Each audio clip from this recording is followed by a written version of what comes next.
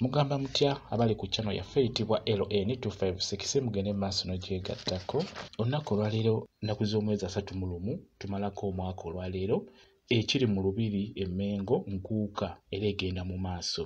Bantu bangi bakedde mujja kujjukira nti mu nkuuka omwo baddira ekisumuluzo kya ppiki ne bafuna bye bakisuula ne babagamba mu kinoonye akifuna atwala ppiki eyo. Naye mujja kujjukira nti olubiri lunene ate lujjudde nsiko wamu n'olusuku naye ng'okusinga nsiko y'amaanyi nnene. Bateekawo akakodyo ako ne babagamba nti munoonye ekisumuluzo wonna we tukisudde akizuula ppiki eyo yagitwala. N'olwekyo abaana bakedde nga banoonyeza ddala ekisumuluzo ekyo mu nsiko, mu ttale, mu bifo eby'enjawulo. Enkuuka abantu bajjudde dda. N'ekirala kye mulina okumanya nti akisidenti nnyingi, n'olwekyo mulina okwegendereza.